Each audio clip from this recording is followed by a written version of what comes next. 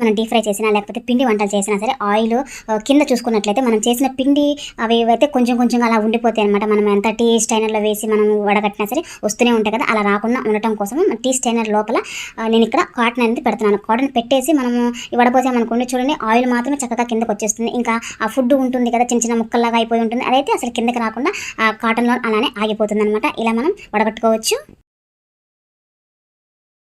ఇంకా తర్వాత టిప్ వచ్చేసి యాపిల్ని కట్ చేసి పిల్లలకి ఇస్తే ఒక్కొక్కసారి సగం తినేసి సగం అలా వదిలేస్తూ ఉంటారు కదా, అలా వదిలేసిన తర్వాత చూసుకుంటే ఆ కలర్ అయితే చేంజ్ అయిపోతుంది. ఇంకా కలర్ చేంజ్ అయిన తినాలంటే పిల్లలు చాలా కష్టం కదా, అలా కలర్ చేంజ్ అవ్వకుండా ఉండటానికి సిల్వర్ ఫాయిల్ని నేను కట్ చేసిన తర్వాత మనం ఇలాగా కొంచెం పెట్టేసి ప్రెస్ చేసామనుకోండి లాక్ అయిపోతుంది. ఇంకా దీన్ని మనం ఫ్రిడ్జ్లో పెట్టినా సరే బయట పెట్టినా సరే అసలు కలర్ అయితే చేంజ్ అవుతుంది అనమాట.